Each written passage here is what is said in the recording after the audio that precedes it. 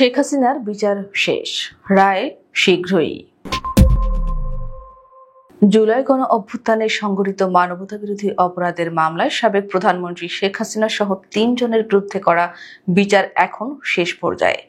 ইতিমধ্যে মাত্র ৯ দিনে ২৯ জনের সাক্ষ্য গ্রহণ সম্পন্ন হয়েছে। এদের মধ্যে আন্দোলনে শহীদ হওয়া ৬ জনের বাবা মা ও ভাই, আহত আন্দোলনকারী, প্রত্যক্ষদর্শী এবং বিভিন্ন হাসপাতালের চিকিৎসক রয়েছেন। সাক্ষীরা এক কণ্ঠে বলেছেন, হাজারো মানুষ হত্যার জন্য শেখ হাসিনা ও তার সহযোগীদের ফাঁসি হওয়া উচিত।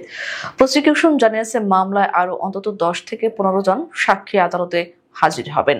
অবশিষ্ট সাক্ষ্য গ্রহণে ৩ থেকে ৪ দিন সময় লাগতে পারে। এরপর উভয় পক্ষ যুক্তিতর্ক উপস্থাপন করবে। প্রসিকিউশনের মতে ১৫ অক্টোবরের মধ্যে সাক্ষ্য ও যুক্তিতর্ক শেষ হওয়ার কথা। এরপর ট্রাইব্যুনাল রায়ের জন্য দিন ঘোষণা করবে।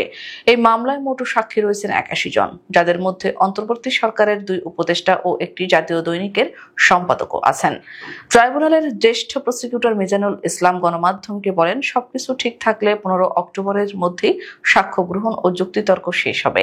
এরপর আদালত রায়ের তারিখ ঘোষণা করবেন। তিনি আরো জানান, সাবেক আইজিপি চৌধুরী আব্দুল্লাহ আল মামুন ইতোমধ্যেই দোষ স্বীকার করেছেন এবং রাজু সাক্ষী হিসেবে সাক্ষ্য দেবেন। এরপর মামলার তদন্ত কর্মকর্তার সাক্ষ্য গ্রহণ শেষে আইনজীবীরা চূড়ান্ত যুক্তি উপস্থাপন করবেন। গত ১০ জুলাই আন্তর্জাতিক অপরাধ ট্রাইব্যুনাল শেখ হাসিনা সহ ৩ আসামির বিরুদ্ধে ১,৪০০ আন্দোলনকারীকে হত্যার নির্দেশ, উস্কানি ও প্রচারণা, সুপিরিয়র কমান্ড রেসপন্সিবিলিটি এবং জয়েন্ট ক্রিমিনাল এন্টারপ্রাইজের মোট ৫ অভিযোগে বিচার শুরু করার আদেশ দেয়। মামলার অন্য ২ আসামি হলেন সাবেক স্বরাষ্ট্রমন্ত্রী আসাদুজ্জামান খান কামাল এবং পুলিশের সাবেক মহাপরিদর্শক চৌধুরী আব্দুল্লাহ আল মামুন। হাসিনা ও আসাদুজ্জামান খান কামাল শুরু থেকে পলাতক রয়েছেন। চৌধুরী আল মামুন মানবতাবিরোধী অপরাধে দোষ স্বীকার করে রাজু সাক্ষী হয়েছেন। চেয়ারম্যান বিচারপতি মোহাম্মদ গোলাম মুর্তজা মজুমদারের নেতৃত্বে ৩ সদস্যের ট্রাইব্যুনাল ১ বর্তমানে সাক্ষ্য গ্রহণ করছে। ট্রাইব্যুনালের অপর ২ সদস্য হলেন বিচারপতি মোহাম্মদ শফিউল আলম মাহমুদ ও বিচারক মোহাম্মদ মহিতুল হক এনাম চৌধুরী। এছাড়া শেখ হাসিনার বিরুদ্ধে ট্রাইব্যুনালে আরো ২টি মামলা বিচারাধীন রয়েছে। এর একটি হলো আওয়ামী লীগের ১৫.৫ বছরের শাসনামলে গুম খুনের ঘটনা, অন্যটি রাজধানীর মতিঝিলের শাপলা চত্বরে হেফাজত ইসলামের সমাবেশে হত্যাকাণ্ড সংক্রান্ত।